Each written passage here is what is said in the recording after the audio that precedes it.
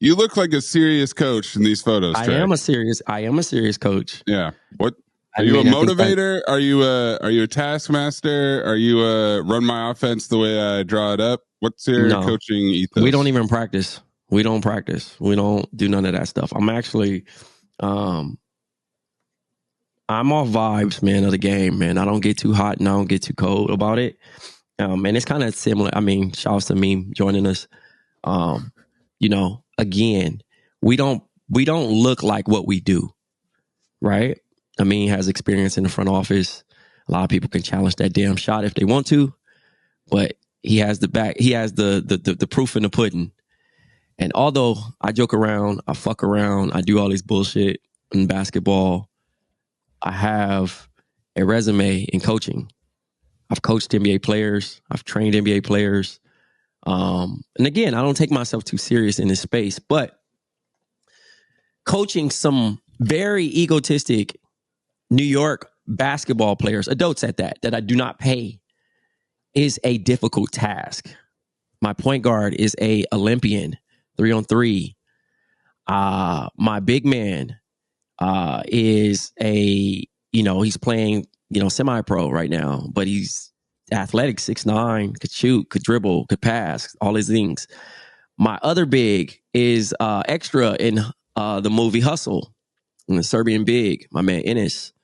Enes Rome. Nah.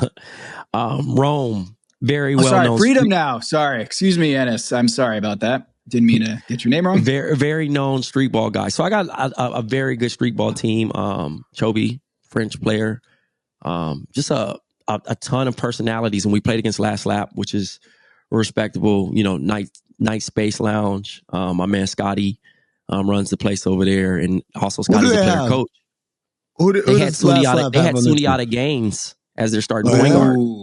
Damn. Yeah, and then they had some local NYC guys on their team, and they were I don't know who was the favorite going into that game. I heard that we were the favorites, but then I also heard that Last Lap, since they had the chemistry, this team usually goes to tournaments and plays, and they actually have the camaraderie. Because we just go in blindly, right? We go into these games. We've had 5 games together. I had Wilson Chandler, by the way. I can't leave that out there. Former NBA, New York Knicks, and Brooklyn Nets, and journeyman, right? Wilson's been retired for 4 years. Just like Amin, he hasn't touched the ball in a very long time. But he's also 6'8", 225 pounds. And he's also fasting, newly Muslim. Shouts to him. For real? Yeah. That's what's up. So man. I had to be mindful of playing Wilson due to lack of, his circumstances throughout the game. You guys play on Saturdays, or when do you play? On Thursdays. He came in town to watch DePaul play. DePaul didn't win. They were 0-20 in Big East Conference, right? Nice. So they took Villanova to the end and lost on a shot, right? So the next day I had Wilson, and I'm like, hey, we got the 9:00 game. You're gonna play, right? Cool. Because if not, I got to figure it out. He plays. We're up 16-4. We get at it. So that pitcher, the first pitcher, I'm like celebrating. I'm talking trash because it looks like we're about to just steamroll this. And then Wilson's like, I need one. And I'm like, all right. And one sub could swing a whole momentum, which it did. Former NBA player, long-time career, subs out, can really change things. Subs out, 26-22. Crazy run. I don't even use my timeouts yet because I'm just trying to let You're looking at Wilson like, hey, you ready? Well, no, here's the thing. I get him back in there and he fucking breaks his pinky. His pinky goes straight up to the sky like this, but his hand's like this. Okay. So all right. And I'm like, I'm feeling bad because I'm like, he's not getting paid for this. Mm-hmm. He's playing in this like playoff game for Nike. There's no incentive for him. And he's like, goes to the trainer. She pops the shit back in place, tapes it up. And I'm like, looks like, yo, you done for the night. He's like, nah, put me back in the game. So I'm like, wow, this dude's in it for me. Mm-hmm. He's in it for me. And guys seeing that was just like, we find ourselves down 11 at half, Tom. Right? They're doing this shit. Sundiata's making threes. They also have CJ McCollum's former team big man on their team from Lehigh. Lehigh? Yeah. What was his name? I don't remember. Gabe. I forgot his last name, but Gabe has been playing with Last Lap all season, right? So Gabe's knocking down shots. He hits a 3 points at me. He does the what is that? The Mikal Bridges. Bro, and I'm just smirking and like, So it's the one play where there's a phantom no call. Can't rattle Coach Trey. Right? There's a phantom no call. A guy just flails in front of the scores table. No, and they're like, foul. The scores table's like, there was no contact. So I run up on the ref. Flop. I'm not that type of guy, but I know what's at stake. I know that this could shift. We're in the penalty off of this. I run up on the ref. I bump him. Like I'm all in it. Like, that ain't no damn foul. I'm cursing. I'm feeling bad because the Nike reps and the commissioner and all them are there. So they're kind of like, this is supposed to be a friendly league, but competitive. And Trey. They give me a tech. So I go back to the bench. I say, I took that take for y'all. I need y'all to play and get that back for me. We turn up. We get up. And it's getting close. And it's like a heavyweight fight. 2 point, 1 point lead, 3 point lead, 2 point lead. And then Wilson gets a dunk, swings. We're going crazy. Fast forward, because I don't want to eat too much time of this. It's one play, right? I used my last timeout, 27 seconds to go.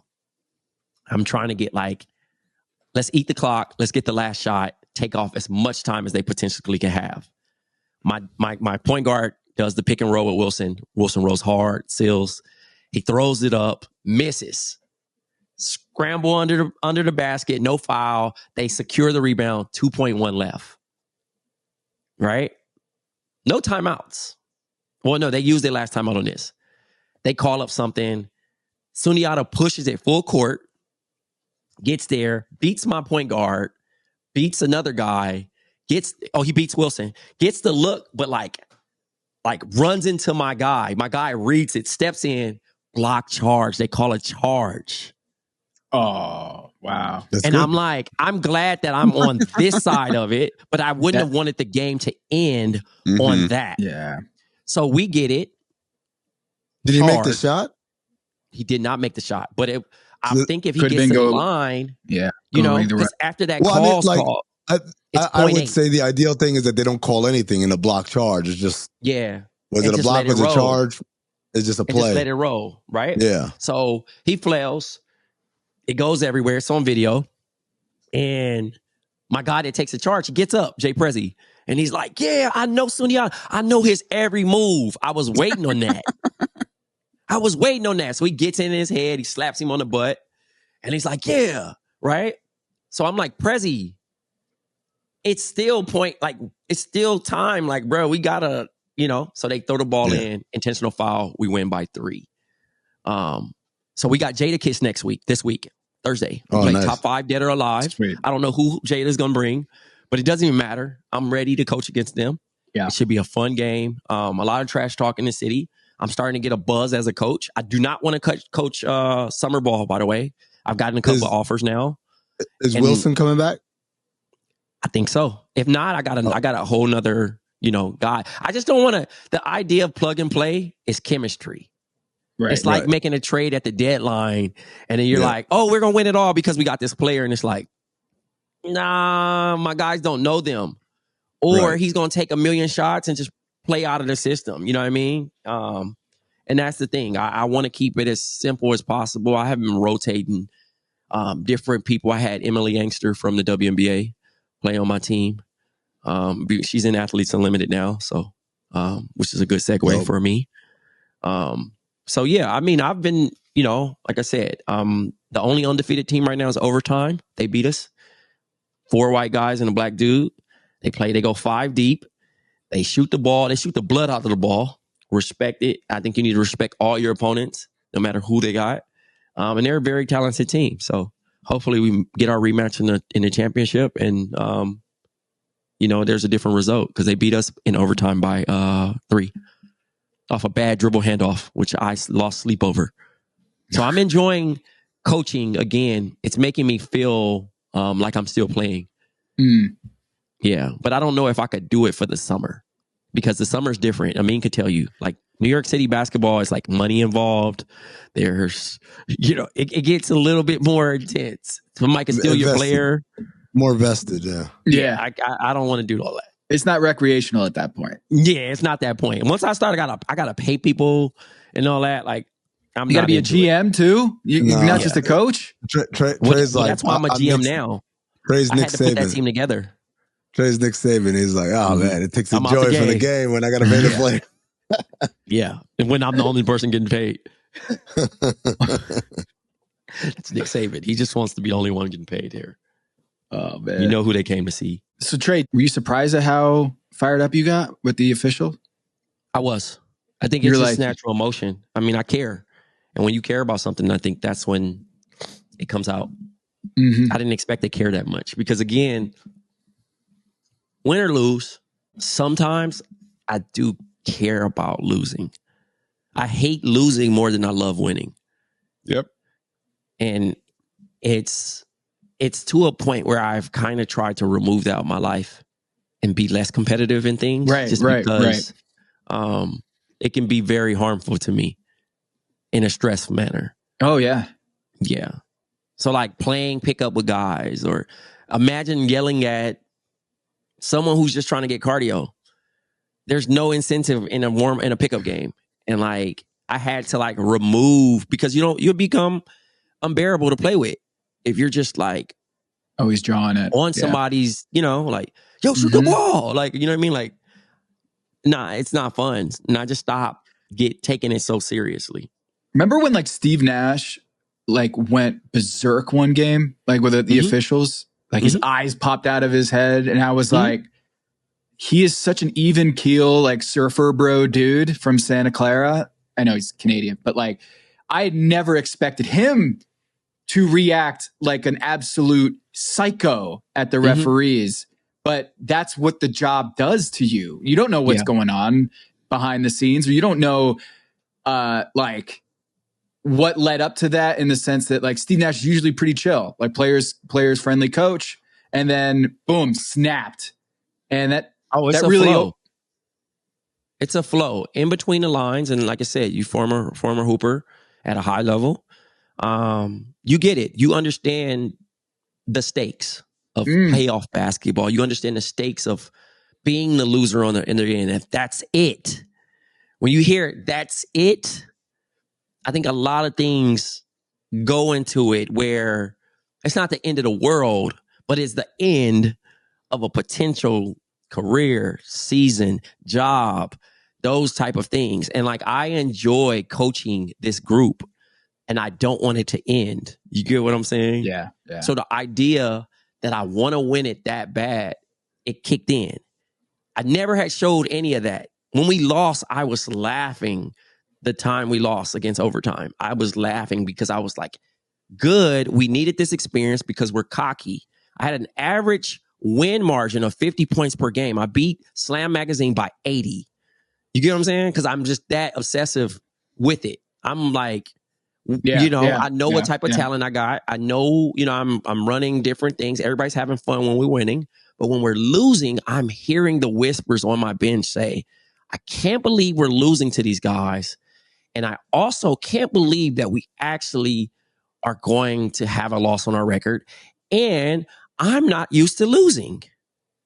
And I'm hearing it like, well, I can't practice. I can't run guys. I can't run scenarios. I can't draw up plays. This is it. We show up. We play with what we have. And I'm basically micromanaging personalities at this point because we feel like we are unbeatable. On paper, we are. I got 3'6'9" guys. I got, everybody else is above 6 feet. Like my rostered women on my team are 5'10", both skilled. The shortest player is my point guard. He's 5'8", 5'9". You know what I mean? So like we come in with everything, but the things I ask of them are personal challenges to keep them motivated because they're not motivated, and it's a micromanaging. I learned that from my wild man coach, Ed Maddock, how to coach certain people. I have to learn how I had to coach certain people certain ways. Maze, we got to bring it back. I was just going to ask you, Trey, if the Ed Maddock came out in you when in certain times in this game where you're like, where did I get that? Oh. No, I know it's contagious because, again, I know where you can push certain people. Yeah. Right? Jay Prezi took the charge for the game win, but some point at the game, I lost Prezi because he took a wide open 3 and airballed, and he soaked for about 2 minutes, and I pulled him. And he said, why did you pull me? And I'm like, because you're not in the game. You know what I mean? Like, you're literally, you checked out off of this miss. He's like, I'm wide open, bro. I can't believe I missed it. And I'm like, sit by me, dude, because you're not here right now. Same thing with Ennis. Ennis, he didn't get a call. He ran up on the ref. They gave him a tech. Lost it. Not getting back on D. You know what I mean?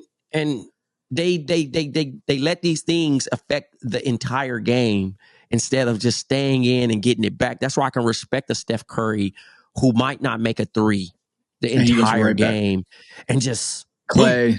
You know what I mean? Those dudes with the shooter's amnesia are so respectable. The guys like a Durant who can have 11 points against a Milwaukee Bucks and come back and score 30. Yeah. You know what I mean? Everybody doesn't have that skill because, you know, we've seen guys go like, damn, he's cold. And then now he's cold for the month. And then like now he's out the rotation. You know what I mean? Like PJ Tucker actually used to be a 3-and-D respectable guy. And now the confidence is so shot that you got a guy like Amir Coffey pushing the break. PJ Tucker's on the low block by himself, and he finds a Norman Powell in the corner for a 3 instead of passing it to Tuck. You got to feel away. Yeah. Has my guys quit on me?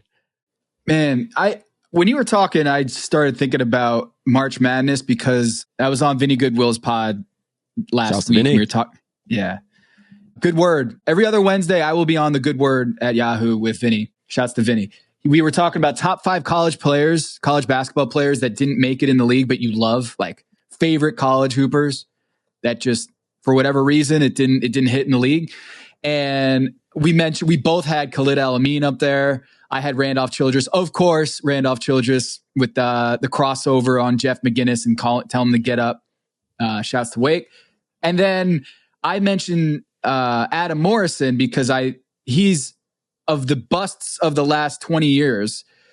The singular moment of when he's crying on the floor after Gonzaga loses has seared into my brain about why March Madness to me is so much a much better product in terms of the stakes than I think even NBA playoffs. Like what you were talking about, Trey, about that's it. For a lot of these guys, that is it. That is their last game of their lives. Mm-hmm. I've had a lot of loss in my life, but I don't think I've cried harder than when I lost my last high school basketball game in the States in the quarterfinals against New Britain, hard-hitting New Britain. Shout out to Tom Thibodeau and Jade Hoy. Because, Trey, it wasn't that I lost the game. It was that it was over. That's it. The last time you were going to lace up with that group. You didn't play college either, right? No, I didn't play. No, come on. No, I that was it. I mean, I'm not saying that because, again, I don't know. You could have went JUCO. You would have, gave it a shot and then was kind of like, I'm done. Not at Wake Forest, though. Well, yeah, that's true. But I could have gone JUCO. But that's what I'm saying. Like, you could have been like, all right, Wake, I'm going to, I can go to Wake after this. You know what I mean? Like, I'm going to give this a shot first. And then I'm going to give it, but you knew at that moment. I'm getting so warmed up right now because Trey has played with me. Trey has played with me. He knows my game. And he thinks I could have played JUCO after that. I don't know. I don't think so. There's a lot of JUCOs out there, Tom. but you also got to, you made all conference though, right? In high school? No. You were solid though, right? I went as far as like. Well, we went, all right. We played. You started. A bunch of my teammates went to not D1 in specifically basketball. We had some serious athletes. Our best player was all Ivy League, 2 years basketball and baseball. Like he was 6'7". He was legit. Mm-hmm. The thing is, we had played together since we were in 3rd grade. We had played as a unit. Like me, John, Charlie, Jimmy, Matt, we had played together since we were kids. And so when we lost in the States, wrecked me like deep in my soul, because it was a finality to it that I think what you're describing in this league is like, okay, they thought their careers in the NBA or college were over, and now they got this like second life almost. Last lap. I like that. Yeah. The lack of control over it, it's just like you want to, that's what's so cool about sports, right, Trey? Is like you want it to have a fairy tale ending, but reality is so crushing. It is so much different. You want it to have a storybook ending, but a lot of times you lose in overtime. Yeah. Yeah. And I think that's the thing. That's the realistic standpoint. You know what's crazy? I never felt that about a team where the finality as a player. Is that because you were jumping around? Yeah. I just played on so many teams on each level to a point where I seen life as like, we still friends. You get what I'm saying? Like, I still get to talk to you. I still get to do this shit. Like, it wasn't the end. Totally. You know what I mean? In this particular situation, I haven't convinced myself that I would coach again after this. So I think that's the thing. It's not like, hey, we got next year, guys. Oh, yeah. So there could be the finality to it. Yeah. You get what I'm saying? This could be this a one and done matters to thing. you because it could be over after this. Yeah. With this group. And this is a fun group that we got a group chat together on Instagram. You know, we are starting to get to know each other. People are showing up for people in outside spaces because these are creatives. These are people with normal jobs. These are people that have families, asking about people's kids. Like, we're building that. But I know this team was gifted to me by Nike.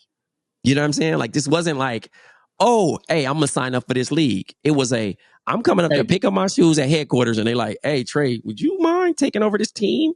And you got 2 weeks to put it together.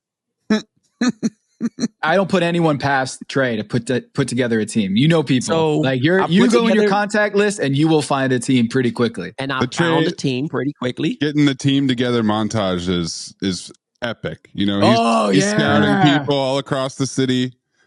You know, showing up. He's going into a local gym, like because random. Like, think about this: if the ones win, right? Say we win the championship, I gotta come back, right? You gotta to defend my title, but now it's a bigger deal of a tryout. Look, you gotta do a MJ 3P out, and then come back later. This is exactly it. Trey, you know, he's so competitive. He's tried to keep his toes out of the coaching game. You know, but now that he's in, he's lit that fire again, and now he's got a dynasty planned out, right? Like Doc in his head, he's got dreams. I think the worst thing I could have heard Thursday night was Wilson say that was the closest thing to an NBA game he played in the month. Wow. Because it was that like competitive. It was talent. Competitive, but like it's grown man and pride, and then also just the intensity, because these are still high level basketball players. You get what I'm saying? It's not like, oh, I'm gonna just sneak a guy in. These are guys that are played at high level, but the pride and the exchange and the trash talking, the momentum and the adversity. It wasn't like, you know, oh, we're just exchanging blows the entire game, or there's a blow. Like, we're trailing at half by 11. We led by 12 at the beginning of the game. So there were we got 3 techs called on us. No techs by the other team. So it was a lot of adversity. We're going to talk about officiating. Yeah. Yeah. You know what I mean? No, and I apologize to them on my behavior, because like I'm just like, look, officiating a game, especially so intense, is a hard job in itself. Especially I don't see what you see and in certain things. And the thing that pissed me off is the ref that gave me the tech told me, when you got the tech, you fired your team up because they responded. And, you know, there was a couple times they still held their whistle. But when it counted, I don't know if that felt like a makeup call on that block charge. I was going to say, yep. Or because I laid off of them after that. After I got my tech, I laid off. I let them do their job. I pulled my players back. That was a purposeful, strategic tech by the smartest coach in the league, Trey Edwards. Sure. That's part of the game. Yeah. I mean, because some of my players didn't get it. And that's another thing too. I assume everybody played for good coaches. Right? Oh, yeah. But some people don't get it because everybody feel like they need to be in the game. Everybody feels like they need to be in this, in this scenario, drawn up plays for them. And the time I sat them, the time I took them out, because a lot of people came to me after the game, especially the players that I took out, and was like, I get it. Let me ask you this, because I played in a rec league last year.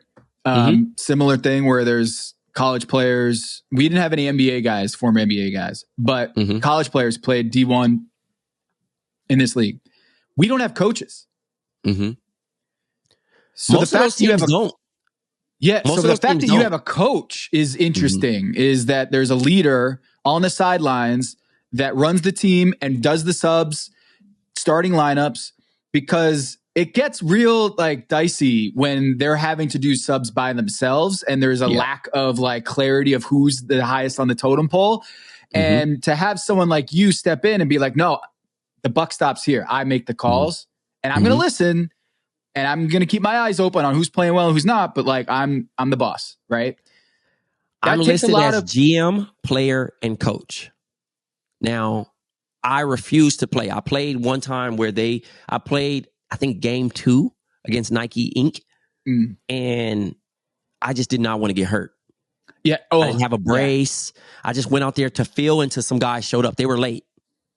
So I'm just like, I'm good. All right. Yep, they're going to call, right? And I'm like, get back in there, right? So people are like, and it was funny because the other guy who's the GM coach for Last Lap was like, yeah, why you didn't suit up?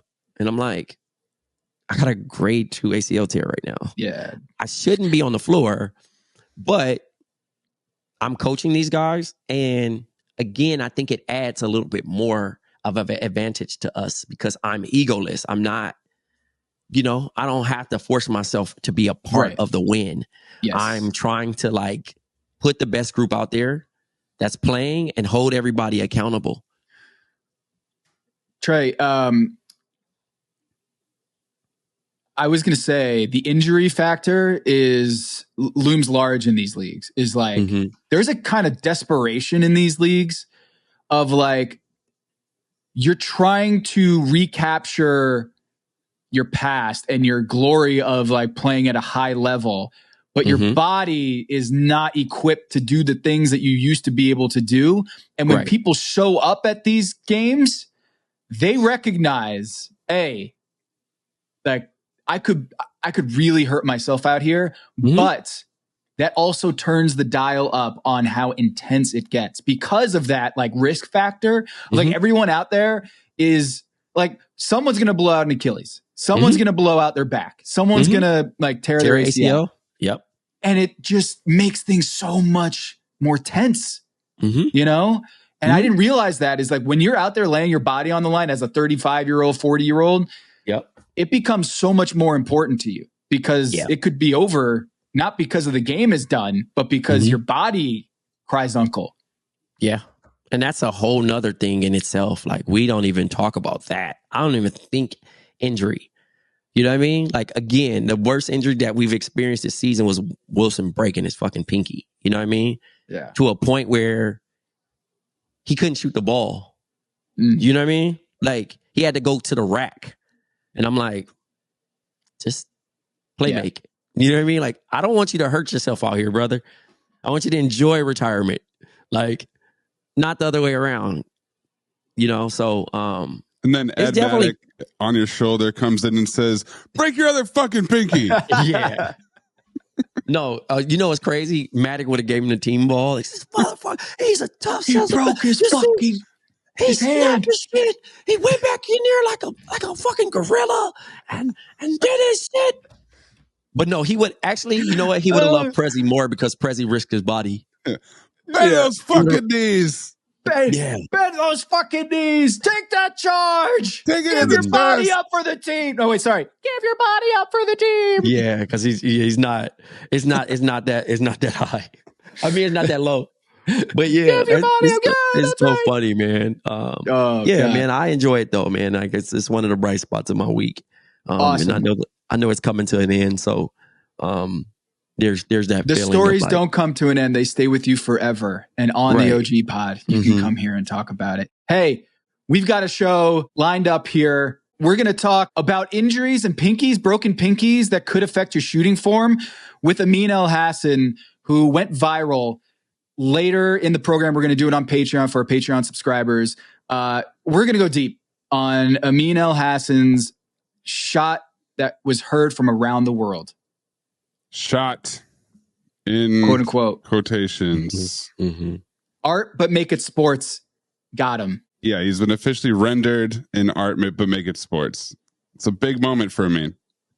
Big moment for everybody at Count the Dings, I feel like. I felt a little pride when that happened. I don't know about you, Trey. Like, one of us made it to the gallery of art, but make it sports. I got one for the LeBron headstand. Yeah, your tweet got... Your photo got in. Yeah, but not... No, the tweet, but not the photo actual of hand. Trey. No. Yeah. Oh, yeah, no. Amin is actually cemented. He is actual art. He's minted. You know what I mean? Yeah. Yeah. Shouts to him being minted. We're going to talk about that. We're going to talk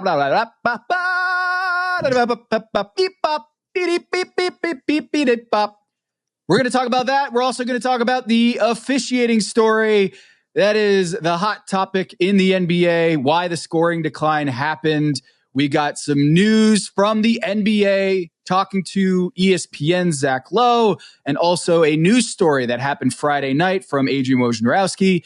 And we're going to do a deep dive on that because you know what? I've done some deep dives on this, and I want to hear what Trey thinks and what Maze thinks and what Amin thinks. We're going to get into all that later in the show. But first, we're going to talk here about Kyrie, about Bam.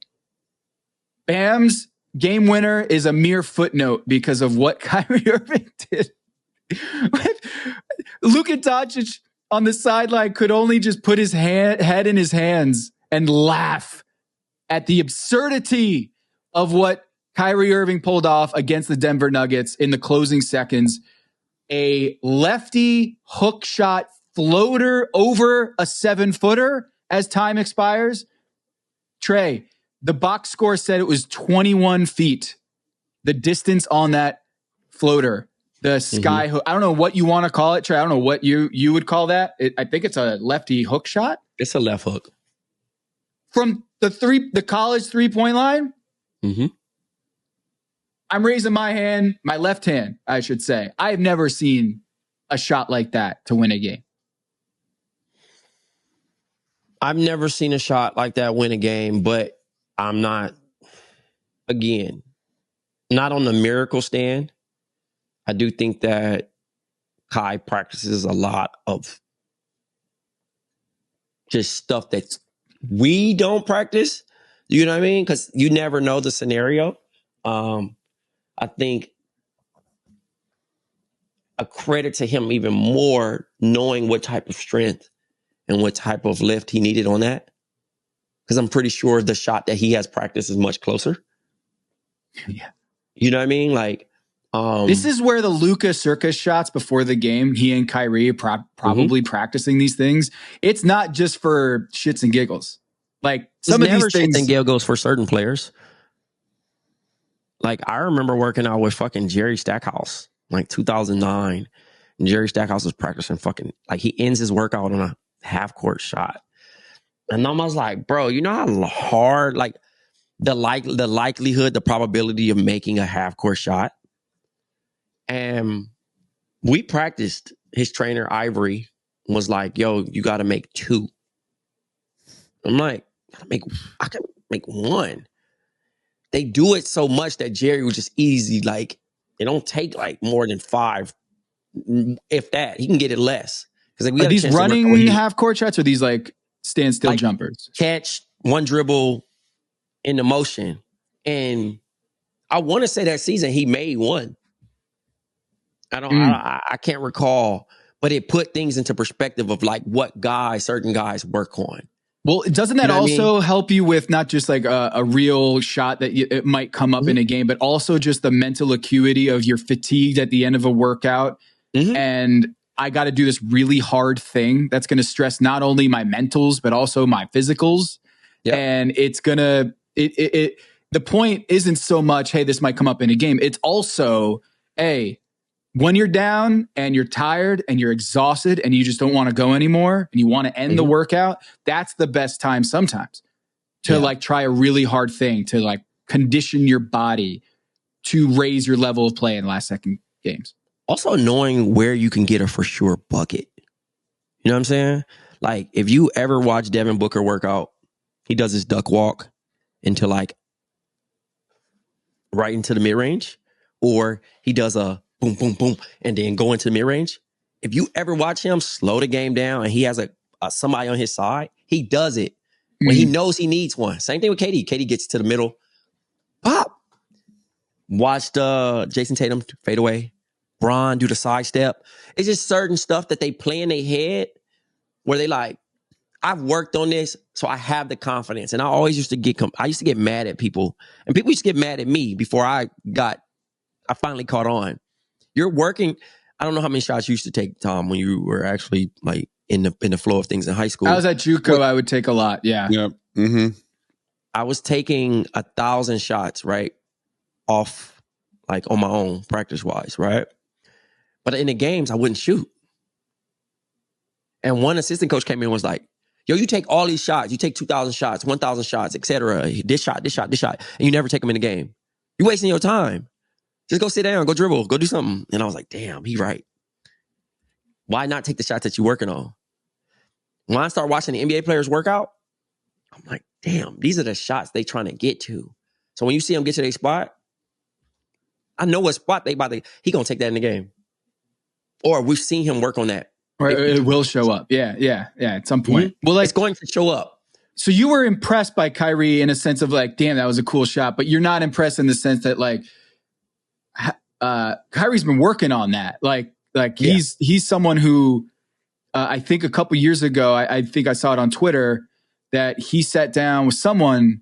With Eddie Bansky Gonzalez with Bans. He sat down with Eddie and said, like, Eddie was like, yo, what's the one shot you haven't like mastered? Mm-hmm. And he was like, lefty hook shot, right? Or something like that. Mm-hmm. There it is. They just happened to come out when he needed it. You get what I'm saying? Like when you need it. Like you think you know my trick bag, but my trick bag is so deep. But it also shows how good an NBA player is. Like to a point of like, you think you got them all the way figured out. And then voila. I don't think people realize how big these dudes are. Like whenever people go to their first NBA game, I always ask them, yo, how small did you feel? Like when they're around the court. Cause they always are just like, yo, even the point guards, they're huge. Mm-hmm. Huge. The picture of me, Steph, and Jamal Crawford. I'm the shortest person, and I like to think I'm pretty favorably tall around average height people. Mm-hmm. Around Maze, like, you look like a shrimp. Yeah. People are like, yo, how tall is Steph for real? I say he's 6'3". Yeah, he's a true 6'3". He's a true 6'3". You see me stand next to Jalen Brunson, it's a difference. It's like, oh, well, you could go out there and do it. And it's like, I can't do what he's doing, but yeah, it makes it more impressive that he's eye level with me and he's able to go get like 40. Jokic, he might not be Wemby or Gobert out there, but still big dude. 7 foot dude with massive arms and great footwork. Trying to score against that dude in under 2 seconds on the run on the perimeter. Good luck even getting a shot off, much less anywhere near the rim. And he just places it perfectly with the left. Woo, and then it goes in. I mean, Coach Trey, I want to ask about the play before the game winner, though, where it's Mavs down 3, basically around 24 seconds left, and Luka gets the ball off the inbounds. No one near him really takes a 3 immediately. Like, what's your thought process on the offense of that and the defense? Like, he could have milked the clock and taken a shot later. The Nuggets could have had somebody up on him. How many seconds was left? Like 20, 25. 2 for 1. Still. Because I mean, I think the thing was also playing off the rebound and getting another look. But in that situation, I think, the shot clock was low, right? He literally caught it immediately and put a 3 up. And Denver gave him the space to do that, which I didn't think necessarily was... You want their best player taking a 3 to tie the game. I don't know. I don't think they were expecting that either. Well, if you want to talk about shots before the game winner, we should talk about Cade Cunningham, because he took his shot with 9 seconds left, shot clock off. He took a pull-up 3 with 9 seconds left, which gave the Heat enough time to get down the court and hit that Bam shot. That's tough. I mean, it's a lot of low IQ stuff. I mean, not saying that Cade Cunningham's not a smart player. I think in the actuality of it, it was just kind of like, this is the best look I got. And you know what? Look, Bam hit a crazy shot. So like, it was a miracle. The part of the reason why Bam's shot was so incredible was how unlikely it was. So coming down on Cade on that, it's just, if you want to, I don't know, in the last second shot, you have the final possession, make sure it's a final possession. But hey, he might not get another good look there. All right, so later we're going to talk to Amin on the Patreon about how he had a little bit of his 15 minutes of fame, and I would hope it's more than 15 minutes with his jump shot from the left corner that went viral. I've been caught in the crosshairs a little bit here too, guys. You? Yeah. What happened, Tom? Some little, here and there. Being labeled as a conspiracy theorist sometimes. Because I pointed out a couple weeks ago on March 1st on The Finder, TomTheFinder.com, the NBA scoring is crashing. And I wrote out the numbers, Trey, and I said, hey, foul calls, facts. Sometimes jokes are greater sign facts, but sometimes facts are facts. The fact of the matter is foul calls are being called way less. Technicals are being called way less. Defensive 3 seconds are being called way less. And one of the reasons why the scoring has plummeted is because referees are swallowing their whistle. And I wrote about that March 1st. And then it got picked up at Bill Simmons and Ryan Russillo. Got picked up at Ethan Strauss in the House of Strauss. He wrote about it and then had me on the pod. It was picked up by multiple national TV games on ESPN. And Doris Burke's talking about it. It went everywhere. Right. And then Friday, we heard from the league. They went on the record. One time they did tell Mark Stein last week. Mark Stein, my guy, said the scoring decline is not due to any sort of edict, directive from the league office to officials. And then Mark Stein wrote that it was basically a result of statistical noise. That was the stance of the league. Things changed. Okay.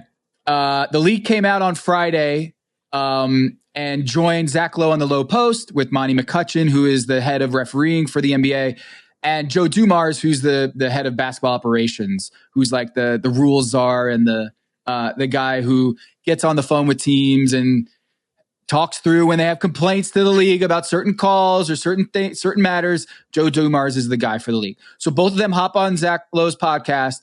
And on Friday, they go through all of the numbers that I, without naming me, that I brought up a couple weeks ago.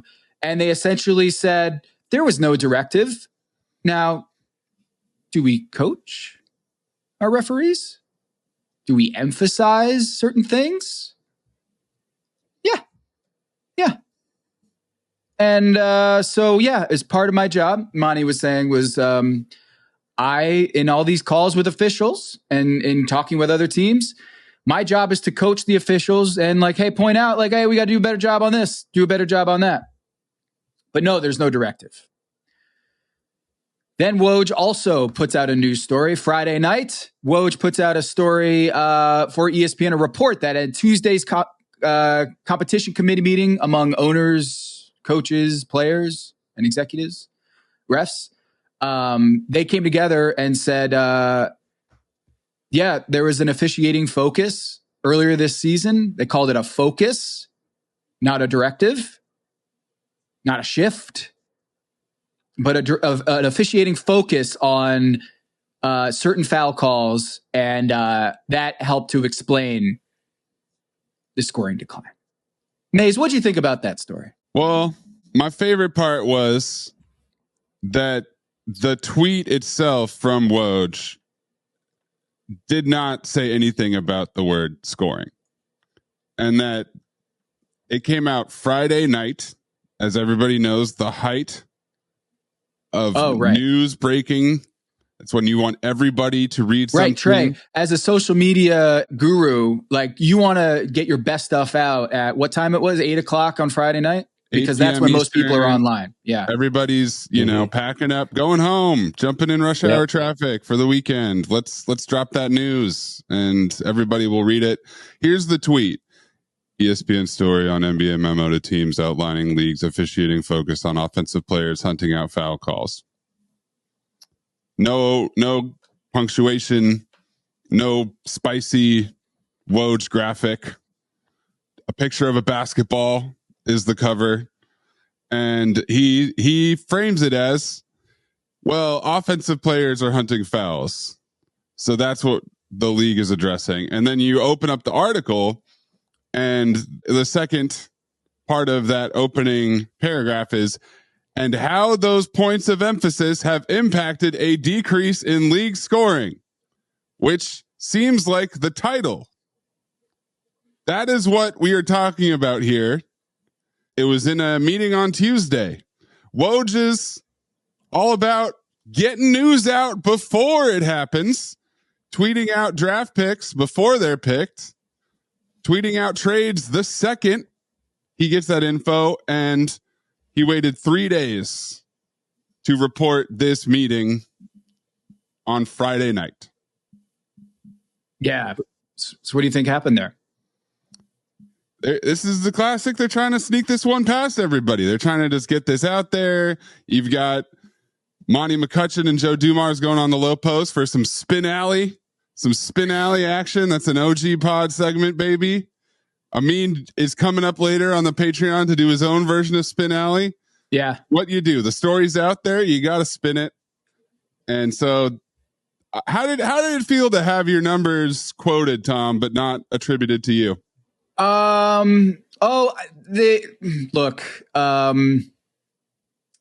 Zach and Monty and Joe, I don't think they need to give me a shout out or credit. But I know that this wasn't a talking point until it popped up on Substack at tomthefinder.com. I know that it seemed weird to me that no one was talking. When you have a story and as a reporter or writer, you're like looking around being like, am I getting this wrong? Like, how is no one else talking about this? And that's when you kind of have like a breaking story, like a big story. So when I did it, it got picked up, a bunch of places, and Kevin O'Connor has been on the Mismatch. They spent like 30 minutes. Chris Vernon spent like 30 minutes about this story, and it was great. Thank you. And thanks to KP for going on the low post and talking about it. And giving me a shout out. Anybody not named Kevin? Give you a shout out. Arnovitz, I'm pretty sure also is giving me credit somewhere at a dinner party. Yep. But I would say it's an important conversation to have. Changing the rules mid-season and having a drastic change in the way the game is being regulated and officiated, that's huge. And with the gambling questions, I can understand why the NBA wants to get out ahead of this, right? Like, hey, it wasn't a directive, okay? So it's not like some teams got the memo and other teams didn't. There wasn't any inside information, but something happened. And Monty on the podcast said, like, the fouls are the fouls. The facts are the facts.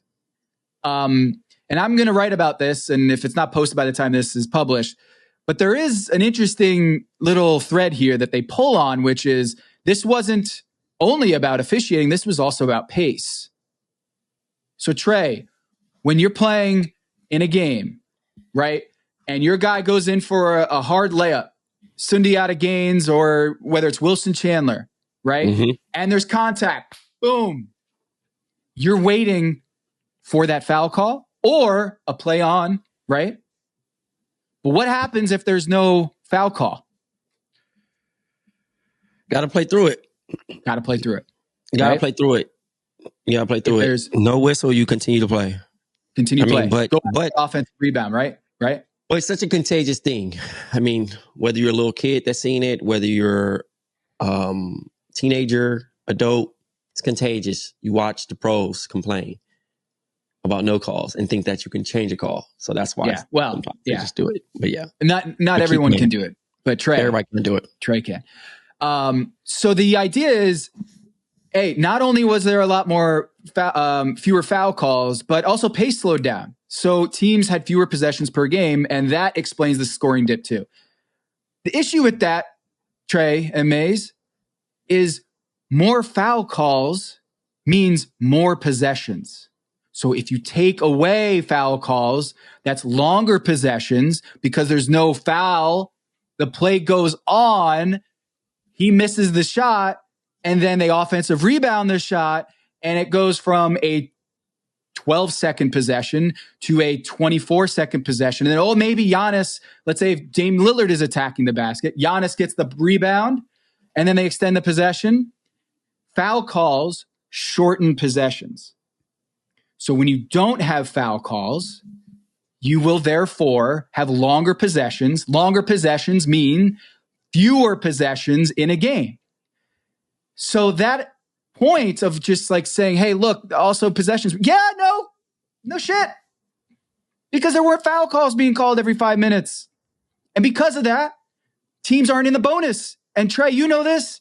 Like when you're a coach and a foul happens, you grab a guy coming around a screen, non-shooting foul, and you're in the bonus, it makes you furious. Why?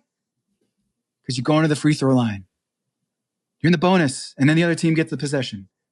So I looked this up, second spectrum data.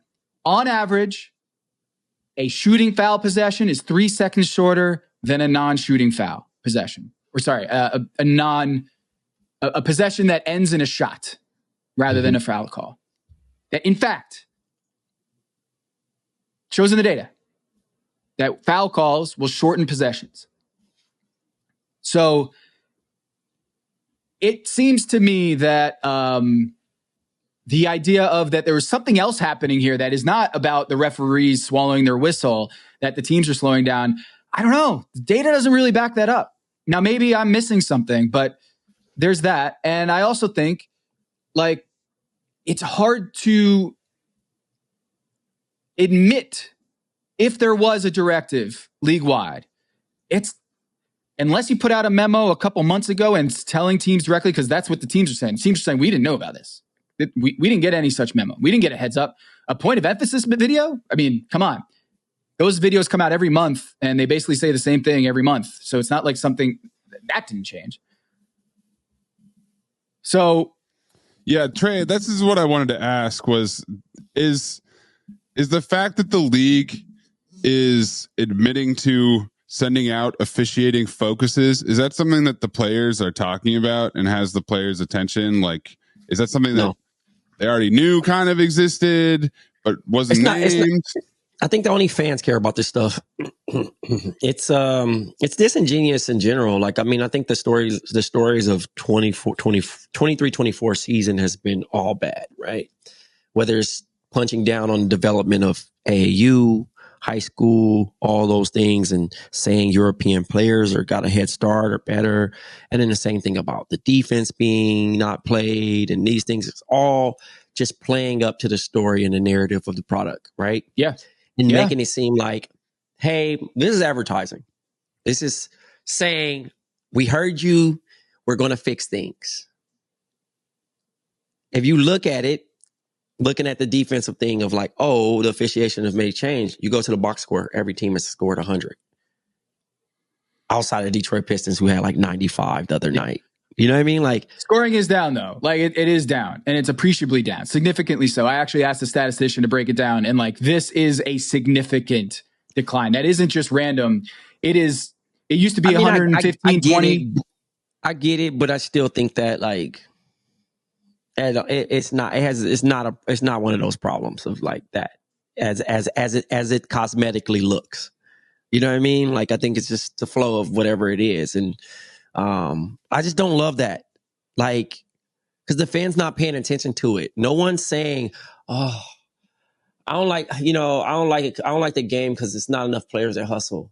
Oh, I don't like the game because a lot of players not cool. I don't like the game because not enough 3-pointers being taken. You know what I mean? Like it's going to be a tug of war on everything. Like, that's not how this product is consumed. Everybody's there for a reason. It's just that people of the 1% feel like they're being heard and changes are made for them. You know what I mean? Like when Stephen A comes out and says the games are ridiculous now, 140 to 150, that matters. When a guy with that kind of influence comes out on national TV and says these games are garbage, like that matters. That changes the perception of the game, and players will respond to that.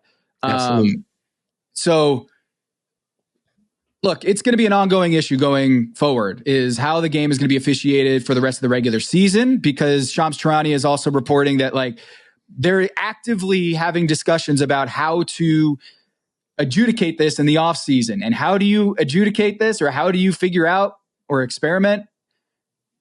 You implement changes mid through the season and then see what the numbers say. Did fans tune in more when it was 80 to 73? Were fans liking that it was the Knicks basically reset it to late 90s basketball? Or do they prefer? Did more people watch? More people buzzing on social media? So they're going to take all that data into account. And I don't think the story is going to go away. And certainly, if you want to say, hey, they're prepping players for playoff basketball and they're just doing it a little earlier this year, fine. But that wasn't the case years. The trend is offenses get better, not defenses get better as the year goes on. So this is an outlier.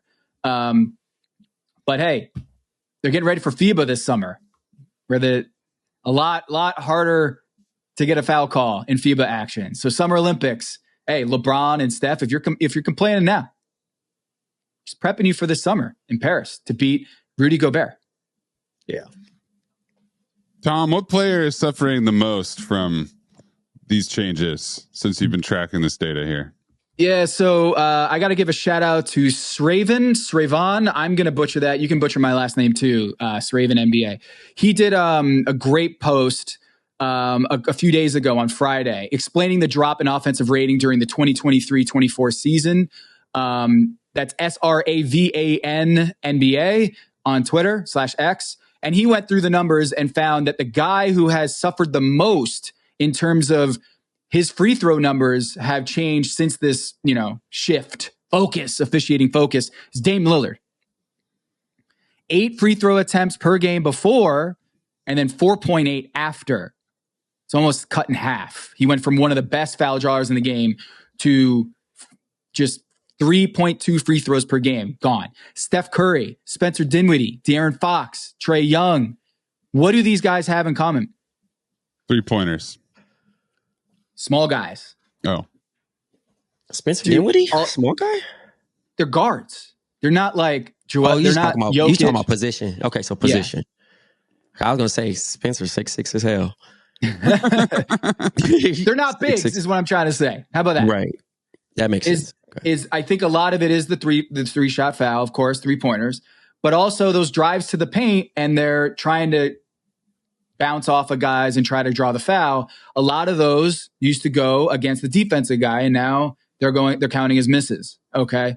So when Dame was in a shooting slump, a little of that shooting slump was what was getting whistled for a foul, and him going to the free throw line as a 93% free throw shooter is now going in as a miss. Right.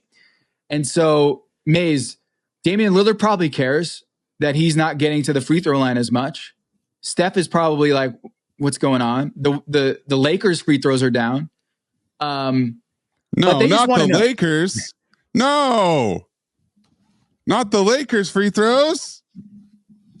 Those are precious. The Lakers shoot a lot of free throws. They do. James Harden's not on this list, huh?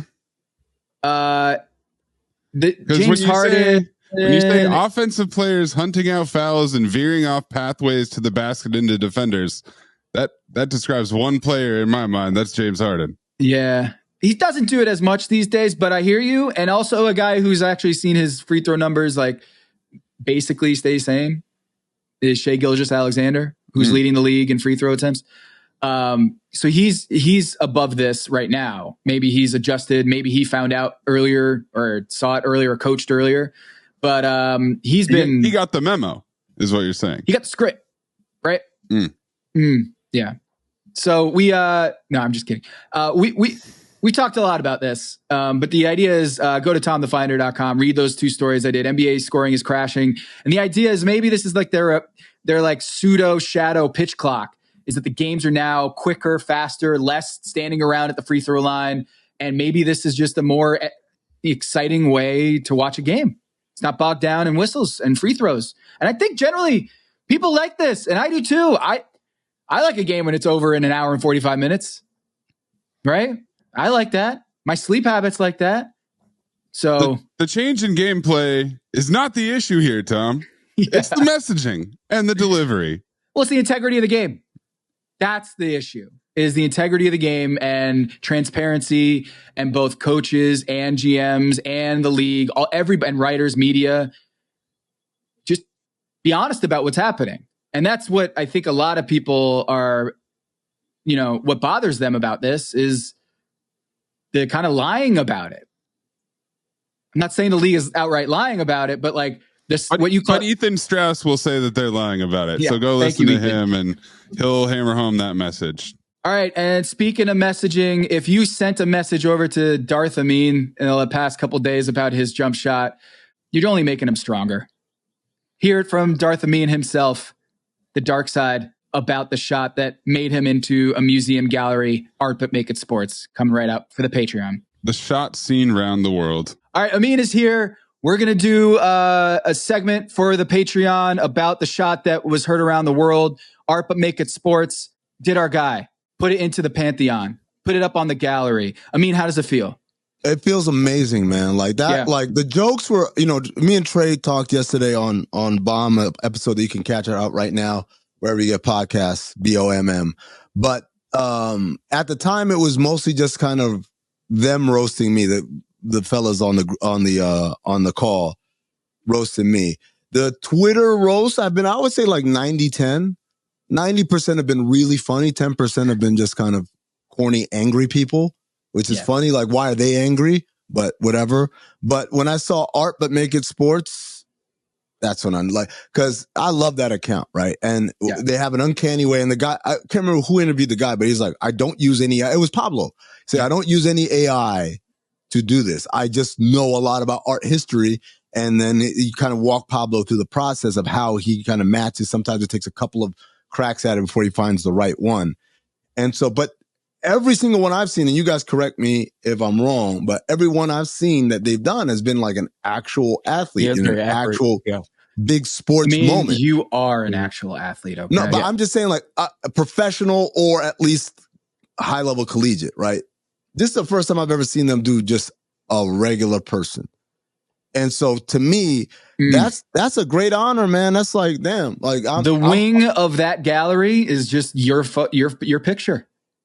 That whole I'm in wing, the gallery, dude. I don't even care what wing I'm in. I'm in the gallery. I'm in the gallery in a way that like billions of people aren't. So what can I say? All right, so Maze, cool. I feel like we need to bring you in here because you called him the Amin El. What was the joke? El hasn't, I think, which is an old one. But Amin El has a shitload of excuses. Well, I mean, like, I don't have to have any excuses, Maze, because luckily I'm on the pod right now with someone who's watched me hoop. Tom, do I shoot like that? Not do I shoot well or am I like a laser or whatever? Does my form look like that? No. I had lots of questions, Amin. Did your shot always look like that on that day? No, like that was just the one. Okay, so it just so happened to be that the camera was on and you. So this is what give me happened. some background here because Miles Elrod is the one who was recording. Miles, BTS I was here, right in front of him, and I love the left corner. I don't know why. I think it's just my favorite place to shoot from. I'm not saying again. I'm not right-handed left corner. It's a great shot. Yeah, it's a great shot. Right. I had made about 4 in a row from that spot. And that's why Miles pulls out his phone and says, oh, this is great. Let me get this. And this will be fun to put on Twitter or whatever. And then the first one when he's recording is the one I missed like that. And he said, oh, this is even better. And, I gotta like definitely have a lot of respect for it because, man, that is ultimate hate hard content right there. So, like, no, my shot didn't look like that all day. No, I'm not sitting here saying I made every shot and that's the one I missed. I'm saying that particular shot, my hands did what they did, and I can't call it. I know I don't shoot like that. If someone had said, look at how far out his elbow is. Yes, my elbow does stick out. Someone said, oh, look how far back behind his head he shoots. Yes, again, this is, I think it was like, I blame Marcus Camby. I wanted to shoot like Marcus Camby when I was younger, so that's why I shoot like that. But if someone says his hands do this every fucking time, like, I don't need to defend it that hard because, again, it's not like, oh, I played with Tom. No one else knows. Like, I played with Tom Haberstroh, Chris Haynes, Chris Broussard. I played with Dan Marley. I've played with, there's just a bunch of people. J. Cole. I played with so many people who have seen me play and shoot that know I play with Andrew Schultz. Like, Andrew Schultz is one of the funniest, most roasting comedians in the world. I've been on his show like dozens of times. If I shot like that regularly and I played with Andrew Schultz, don't you think Schultz would bring it up? Yeah. He'd say something. He would have spent the whole episode just roasting me on my jumper, which he probably will the next time I'm on the show. I was going to say, you got it now. Trey, what'd you think when you saw it? I mean, again, friend aside, I didn't take it too far. I mean, he's not a basketball player. I'm not going to take it to a point of like, I just was glad he didn't like, get, it was funny, hurt. Man. It was funny. It was funny. I just was laughing. Like, I mean, I was like, how did that come about that way? Because again, if I knew he shot like that, I'd be like, yo, don't shoot. You know what I mean? So clearly that's not a thing that is like, oh, he just shoots like that. I think it's I was more so on Miles' case of like, why are you sharing that? You know what I mean? Like, I was trying to make my guy look good. Hey, he wouldn't be in a gallery if he didn't. I'm not saying Miles is bad for it because it's actually a good thing. And I mean, it's like, you know, your friend drunk and you take that embarrassing picture and it's like, yo, don't post that shit online. Post like some other shit. Like, you know what I mean? That's how I looked at that, even though it's not that deep. But I also, if Amin wasn't Amin, his feelings would be hurt. You get what I'm saying? Like, he knows Amin, and that Amin's not going to like take it so personal, and he's not going to take the internet so personal. So that's why I was able to jump in and joke about. And that's Amin. that's what Miles said to me, because he didn't ask me. He posted it. I didn't know, as I said on Bomb, I didn't know until after the game was over that it had been posted, and I got a text from Wells P. Shout out to Wells. But what I told Miles was, if there's anybody in the world who can handle this, it's me. And he's like, I know, that's why I did it. He said, like, if it was someone else, I wouldn't have done it. But I knew you know, you've got a great personality. You take the jokes in stride or whatever. And I do. And it's the same thing. We talked about it yesterday on Bomb, Trey. People were kind of hitting you up like, how could you do that to your friend? And Dre's like, because that's what we do to each other. Yeah. Like, that's kind of that's love. Like, it could be a post of just me just wearing like just my eyes halfway squinted or something, or wearing something crazy. Like, I get cooked for what I wear every week. You know what I mean? Like, anytime I actually post a picture, I'm like, bro, they be killing me. But like, I don't care. I don't take it like, oh my God, like, how could y'all do this to me? Or y'all hate me, or y'all some haters. It's like, nah, that's just a part of the team. It's part of the show. I'm gonna tell you the most interesting part is the people who come out of the woodwork.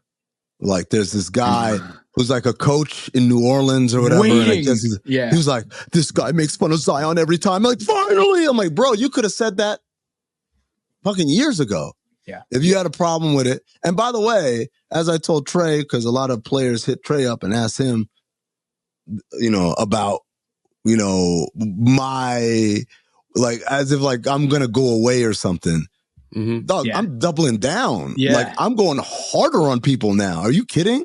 Because ultimately, this is my thing. Players go out there, they do embarrassing things, they get clowned, they get sensitive, right? Huffing and puffing, and like, you don't know what it's like. And I'm like, I'm one of the few people, like, I know exactly what it's like to be clowned by the entire internet. The American Ninja Warrior 1, American Ninja Warrior 2, this shot, like, it's happened so many times to me. Like, I'm impervious. We forgot about the best one. I'm telling you, like, what was the best one? Oops. What? Oops. Oh yeah. The porn at the finals, right? Like, if you think about it, like when players talk about like this bubble, this thing, or like this fishbowl of everyone, like, dog, I understand it. I know it. I live in it. I'm not sitting here crying. I'm not like, how dare they, and DMing people will actually this and that. Like, I don't have burners sticking up for me. I don't do any of that shit because I understand it's the internet. And as Trey said a long time ago, this is the number one, the only commandment of the internet. Jokes greater than facts. And so it's like, I know who I am. If you know who you are, there's no joke that can, it's like, it's kind of like the opposite of what happened with Meek Mill. Like people made a joke that he was like gay, and Meek Mill went, I'm not gay. I look at all the things like, no, dude, like if you're secure in who you are, I'm like, tweet through it. You got me. I'm the gayest of them all. Here I am. Like, I love dicks. Like, just, I mean, there's only way you can kind of survive any of this is just to take it for what it is. It's not that serious. Yeah. The most effective way to diffuse hate is to hate on yourself. Like, make yourself. I was going to say, Tom, or you must not be on the internet enough. Yeah. Yep. Yeah. But that's the other thing. Like I'm more active now in this moment than I've been in a long time. And the reason why is because, like I said, 90% of the things being said about me are objectively hilarious. Why wouldn't I laugh at a joke? Like, I think the joke's funny, even though I'm the butt of the joke. Yo, I posted a comment on the Le Batard one. I said he got fouled. And this dude responded to me, don't take up for him, man. I was like, those are the ones. The people who are legitimately upset are like, why are you mad? You're not the butt of the joke here. Like, I'm the butt of the joke. I should be the one. I think they just don't like you. They found a reason to do that. No, but Trey, that's the reality. Is like anyone who's going hard like that about not about like just making fun of what it looked like, but like, I can't believe this guy is this that. These are the people who never liked me, who never. Waiting for the opportunity. Because I said something about their favorite player or their favorite team or their city where they're from. And this is just, they're like, oh, and they get to run out there screaming and yelling. Like, there's nobody who's like, yo, this dude has really good analysis. And then watch that and like, you know, never mind. Yeah. Like, actually turns out like the way he broke down, you know, the fucking 21 chase that this team run. Like, I love the whole Skip Baylessification. Amin's my guy. I love his takes. Yeah. But then I saw the video. Can't do it. He's a fraud. There's no one out there who does that. Seriously. Amin, thank you for mixing it up with us. Thanks, appreciate you laughing it up. And to all the haters out there, he is taking the arrow and stabbing himself with it. It's not going to work. I'm going to leave y'all with this. You can't kill what's already dead. All right. That is it for the Patreon. That is it for our show today. And appreciate you all for subscribing. Patreon.com/CountTheDinks. Tell everybody you know to subscribe to our Patreon and get exclusive hits like this from Amin. Appreciate y'all.